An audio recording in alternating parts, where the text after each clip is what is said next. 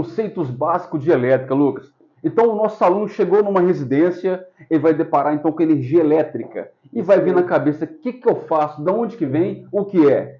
Isso mesmo. Tesão, quando o aluno chegar numa casa, uma residência, até na própria residência dele, ele tem que ter em mente o seguinte: a tensão que a concessionária fornece para a gente é chamada de tensão alternada, que vai ser o 127, o 220. Alguns estados, engraçado, uma curiosidade, Jaizão, alguns estados do Brasil só tem 220, não tem 127 não. Por exemplo, a gente em Minas aqui tem 127. Santa Catarina já não tem 127. Inclusive, fica a dica, você que pensa em viajar para fora do estado, é bom você ligar para o hotel e saber qual que é a tensão que tem naquele local, porque de repente você, mulher, quer levar um secador de cabelo e é 127 e ele é 220, então você pode queimar seu equipamento. Então fica uma dica bacana, né, Lucas? Isso é uma dica bacana, Geizão. E pensando também, Geizão, falamos da tensão, que vai ser 127. E tem mais algo a mais também, que é a corrente.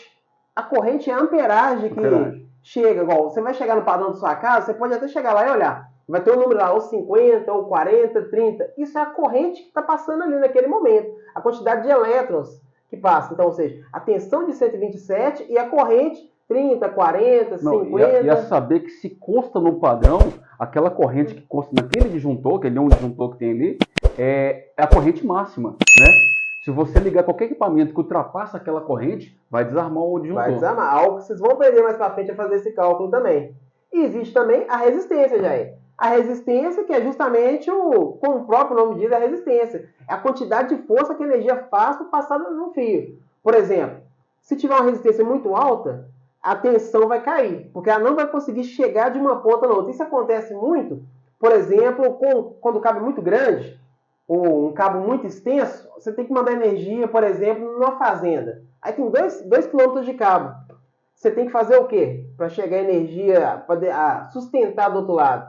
Você tem que aumentar a bitola. Porque senão a resistência vai cascatear a sua energia de maneira que do outro lado lá, que era para chegar a 127, por exemplo, chega a 90, às vezes nem isso. E isso existe até uma tabela de cálculo, né, Lucas? Tem uma tabela de cálculo, correto, nós vamos deixar aqui para a pessoa baixar. Aí a pessoa vai saber certo qual a bitola do cabo a ser usado, qual a amperagem correta, qual o disjuntor correto. Por exemplo, quando você comprar, repara, quando você comprar, por exemplo, aí um chuveiro, na caixa do chuveiro vem falando a potência daquele chuveiro, se você comprou ele 127 ou 220, vem falando lá qual o tipo de cabo apropriado, qual o tamanho do cabo em relação à resistência que ele acabou de mencionar e o disjuntor ideal para ele. Tem todos, é só ler, é apenas ler. Vamos ensinar isso mais para frente, mas é só ler, atente ao que se pede. Aí você vai passar a entender, né, Lucas? Cada detalhe, qual o disjuntor, qual o tipo de cabo, as bitolas dos cabos, o que é corrente, o que é amperagem, vai. É interessante, Geizão,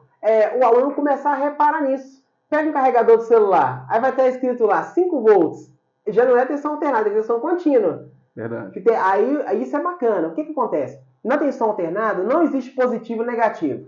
Existe fase e neutro, porque os dois trabalham ao mesmo tempo, sendo positivo e negativo. Já um carregador de celular, por exemplo, não é assim.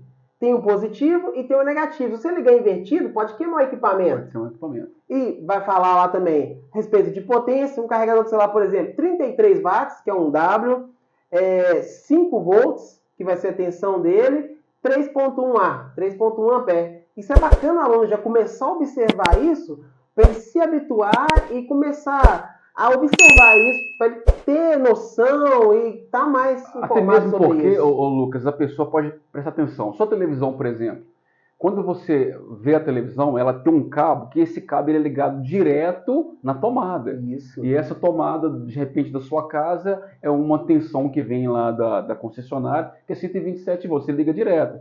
Agora, o seu celular, você precisa daquele carregador. E ele não é só um carregador, ele é um transformador. Isso mesmo. É uma fonte. Então, você pode observar, como o Lucas mencionou, ele está falando lá que ele é 127 ou 220, que é bivolt, né? Isso. No caso.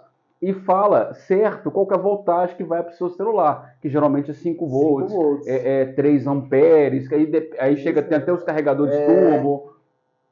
Então, tudo é algo voltado para esse tipo de aprendizado. Você vai passar a entender melhor como funciona isso.